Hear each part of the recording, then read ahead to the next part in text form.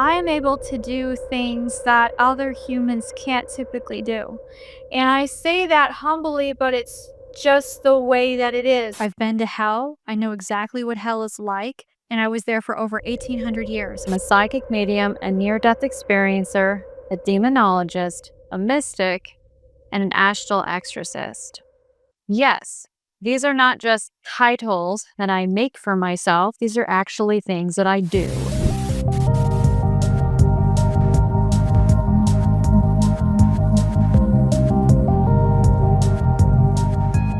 Hey allihopa! Hi everyone! Dragunilla here! Since the dawn of humanity, mysticism and spiritual beliefs has been as innate to us as singing or dancing. Across cultures and eras, people have sought connection with something greater than themselves, be it gods, spirits, or sacred forces, finding solace in faith, rituals, and the promise of answers to life's deepest mysteries. With that in mind, today we'll discuss the case of Melinda K. Lyons, also known as Melinda the Mystic Witch, formerly the Last Frontier Medium. She is a self-proclaimed light warrior, Pleiadian starseed, psychic medium, witch, demonologist, astral exorcist, and more. While having faith in and of itself is not bad, and can uplift individuals as well as entire communities, it's also fertile ground for exploitation. Spiritual narcissism, where self-proclaimed spiritual leaders elevate themselves above others with unfounded claims of divine powers, preys on the vulnerable. This phenomenon is not just bizarre. As history has repeatedly shown, it can also be profoundly dangerous. I'm making this video because I care deeply about those harmed by spiritual narcissists, whether through financial, emotional, or other forms of exploitation. Her claims about her supernatural experiences and abilities are as outlandish as they are prolific. She claims she spent 1,800 years in literal hell, had astral sex with the ghost of Elvis Presley and notorious serial killer Richard Ramirez, aka the Night Stalker, and regularly receives guidance from Jesus of Nazareth, angels, and several Indian and Egyptian deities. While these assertions might seem laughable at first glance, they are part of a broader pattern of exploitation that preys on people desperate for answers and hope. While I can't erase or fully stop this very deeply rooted issue, I can raise awareness and help my followers recognize the warning signs of individuals who objectively fit the criteria of spiritual narcissism. Let me be clear, this video is not an invitation to go harass anyone. My goal is to encourage critical thinking and to help you, the viewers, protect yourself from placing blind trust in anyone making grandiose, unsubstantiated claims. The allure of the supernatural. Melinda's journey into divinity allegedly began with a near-death experience triggered by a meat allergy. She claims this experience opened her third eye, awakened her God particle, and ascended her to the seventh dimension of consciousness. When I was 18, I was having a beef allergy out of the blue, and I ended up having anaphylaxis, and I had stopped breathing on my boyfriend's couch. And my soul jumped out of my body, and then I was able to see these beautiful beings of light, and they began to communicate with me through feelings, through thoughts, through telepathy. Her YouTube channel is filled with stories of astral projections, divine missions, and insight into the lives of celebrities, both dead and alive. According to her, simply watching a documentary about Elvis Presley is enough to attract his actual ghost to visit her nightly because her light is so powerful. You know, I do admit, like I said, I did watch a documentary about Elvis Presley, and that's how all this started. And I don't know how to put this, so I'm gonna be like I said, I'm going to be transparent here. I have relationships with spirits every once in a while. And I woke up making love to Elvis. One thing that I learned a long time ago is I have to be very careful as a medium of who I let in my mind, because what people don't understand is that when you are a psychic medium, you have major light. Not just a light of, oh, I can talk to dead people. It's a major light. The absurdity of such claims might seem like harmless entertainment. However, they are part of a larger concerning framework. Melinda and others like her create narratives of exclusivity. Because of her unique near-death experience, she now claims direct access to angels, gods, and ascended masters who validate her every word. And my spirit guides, even Jesus, Yahushua, avoided the concept or the talk of hell at all whatsoever. You know, some people would say that wasn't the real Jesus. It was. I still talk to him regularly in dreams. I've been with all kinds of beings.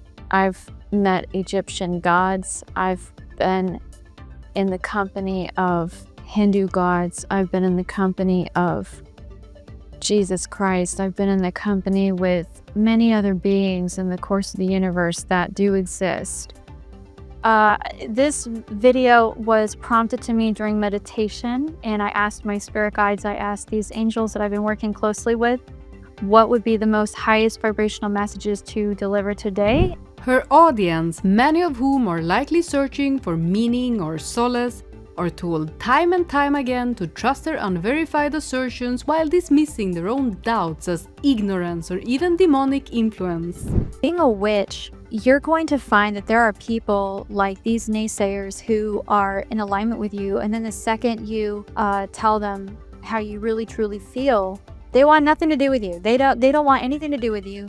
They want to cut you off and they want to cut you out. Am I the same way? Absolutely. When you start working with demons or devils, bye witch, I'm gone. Bye. I'm not going to talk to you. I'm not going to be involved in that negative shit, because that stuff is extremely dangerous and extremely toxic. Among other services, Melinda offers a Paranormal Advisory Oracle card reading for $175 per go, promising to resolve nearly any perceived hauntings or spiritual dilemmas. She uses strong language, wowing mind-blowing revelations to attract vulnerable clients. This business model preys on fear and desperation, offering simple performative solutions to complex emotional or psychological issues, much like snake oil salesmen peddling fake medicine to the sick. Because by financially exploiting people's fears and belief in the supernatural, services like these can delay or prevent individuals from seeking legitimate help, whether it be psychological counseling, community support, or even professional investigations into physical causes for their experiences. Whether you like to hear it or not, experiencing something that feels paranormal doesn't necessarily mean you're psychic, haunted, or cursed. Hearing voices, feeling like you're being watched, unexplained sensations or weaknesses, and so on might actually be signs that something really bad is going on health-wise.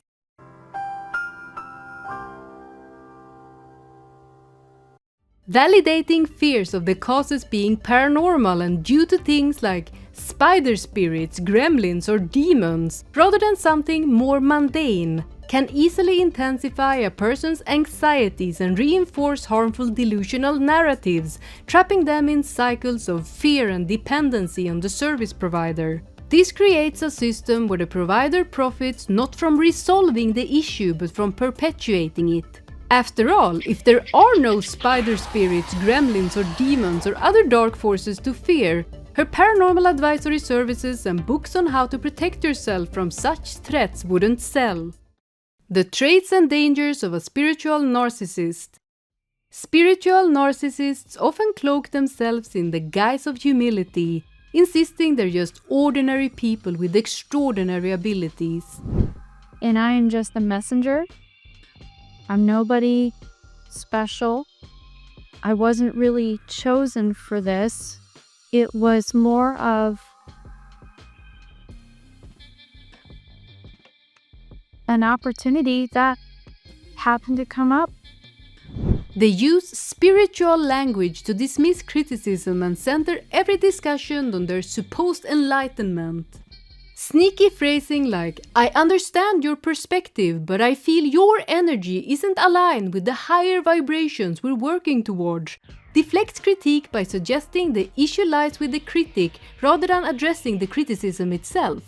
In Melinda's case, she simultaneously claims to not be divine while insisting she has access to all the big secrets of the universe, including what happens after death and whether God exists. From recounting how she spiritually witnessed an assassination attempt on Donald Trump, which she conveniently deleted the warning for erasing any evidence. 3.5, 4 months ago, I had actually made a video on my cell phone and I actually recorded myself and I was going to put it on TikTok. And it was me predicting the Trump assassination attempt. I was divinely told by angels, by the guides that I work with, that even though I was correct, they informed me, and my intuition also guided me to understand that if I was correct, it could put me in danger. And it could make me a suspect. It could make me all these kinds of issues. It could cause all kinds of problems in my life. I deleted it. To calling out and critiquing other mediums peddling similar narratives in dedicated exposés filled with petty commentary. In this video, we're going to be using Anita Serene as an example of how to tell between a fake psychic and a real psychic. I'm a real psychic medium, and I'm going to be very fully honest, I don't believe Anita Serene is a real psychic medium at all. Because even still to this day, this woman, like I said, has made probably over $1 million. Not just on YouTube, but also on sponsorships, ads. You've got all kinds of donations, super chats, you name it, she's making that bag. But the other thing that also really irked me is that she doesn't heart any of her fans' comments at all. How does that make sense when people are giving me shit for wearing a romper? And you got bitches like Anita Serene wearing lingerie. Speaking of suck, what the fuck is this? Bruh. Oh wait, you had been married twice. Twice. She's been married twice. I can't even get married one time, and she was married twice. Her content clearly attempts to position her as an authority on all things spiritual. While her theatrics might seem benign compared to the horrors of Jonestown or Heaven's Gate, the mechanics of her operation are strikingly similar. The stronger her followers' belief in her exclusive knowledge, the more inclined they are to overlook glaring contradictions and implausible claims. Welcome to my channel. This is where we talk about hard realities based on the spiritual community, based on spiritual realities, with no BS and no sugarcoating anything. If you're grieving the loss of a loved one, battling existential questions, or terrified of a supposed demonic presence in your home, you're more likely to suspend disbelief in favor of hope. However, when hope is weaponized, it can override critical thinking and become a tool for manipulation. Because they're trying to impact you. They're trying to get rid of all your hope and your faith every way possible. You need to cleanse your home. And you need to cleanse you and your husband and your baby. Even in videos Melinda herself considers too controversial to monetize, such as those where she claims to uncover secrets about fellow YouTubers like Nicocado Avocado or Eugenia Cooney via astral travel. Her video descriptions still include calls to action to support her through donations or by purchasing her books and services. Combined with her emphasis on building a strong brand, her website's collaboration section and her biography leading with her supposed foresight of a celebrity trial's outcome, it's clear that fame and financial success are priorities for her. The need for skepticism. Faith and belief are deeply personal, but the moment someone starts presenting themselves as superior and charging money for unverifiable services, red flags should go up. The problem is when you build an identity around that experience that you've got, and when you start to see yourself as superior to others for having had that experience or having had that insight. So it's the superiority combined with building it around your identity that involves having a spiritual ego and becoming a spiritual narcissist. Spiritual narcissists thrive on ambiguity and emotional vulnerability. So I never claim to be an expert on demonology, angelology, or basically literally anything containing the spiritual realms or spirituality. But I am going to tell you what I know for sure without any uncertainty, because I've experienced these entities on so many levels that it would blow your mind on how much I really know. Making it difficult to discern their true motives without closely analyzing their claims. Melinda's tactics, mixing New Age concepts like opening the third eye with Christian theology, Indian mythology, and starseed alien ancestry ideologies, are a classic example. The randomness and incoherence of such narratives make them nearly impossible to argue against. They are rooted not in logic of any kind, but in emotional appeals and unverifiable personal experiences. This structure actively discourages critical thinking and often makes followers feel like questioning these claims at all is an attack on the leader's entire identity. And it's none of my damn business what you think of me. I don't give a shit. This is not to say anything negative to those who wrote to me in concern and thought I should know. I thank you for making that mention to me. I really do appreciate it, because then it also helps me to know who are my allies and who are my foes. Anyone who critiques such individuals, especially those with personal connections to them, is often painted as the villain. And then when I see people that I worked with or people that I've given a chance and did my part, and then for them to basically talk trash about me, it was very heartbreaking, to say the least. These people would say that basically I was a fraud, that I wasn't psychic, that I wasn't even a witch. The irony about that is these people came to me for help psychically. They were actually customers of mine, and I just find that very laughable. I find that very ironic. In Melinda's case, the dissonance between her claims, such as coughing during filming being attributed to dark forces attacking her throat chakra. Okay, so even my throat chakra is coming out. My throat chakra is acting up. He does not want me to say this. And her denial of divinity is striking. She's simultaneously not special, yet portrays herself as a central figure in a grand spiritual battle. So in conclusion, just as we condemn those who sell fake medicine to the sick, we must also dare to address spiritual narcissists who exploit confused seekers. It's not enough to dismiss them as harmless eccentrics. Their actions have real consequences. They drain finances, erode critical thinking, and in extreme cases, isolate followers from reality to do what they please with them. Melinda is far from the only or the worst person using this exploitative business model.